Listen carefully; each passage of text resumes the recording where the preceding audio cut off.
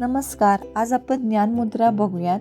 यामध्ये तर्जनी आणि अंगठा या दोन्हींचे अग्रे किंचित दाब देऊन जुळवावे आणि बाकीचे 3 बोटे सरळ ठेवायचे आहेत. अंगठा अग्नितत्वाचे आणि तर्जनी वायू तत्वाचे प्रतिनिधित्व करत असते.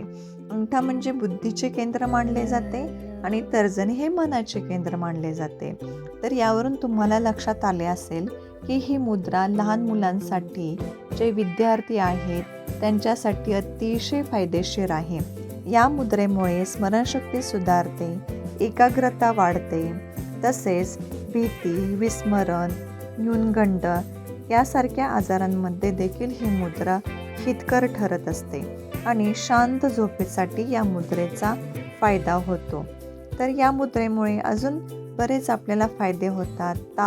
ताण नष्ट होतो, राग शांत होतो आणि पूर्ण आपले मन, बुद्धी प्रसन्न होते. तर अशा प्रकारे ही मुद्रा तुम्ही जास्तीत जास्त 15 मिनिट करू शकता.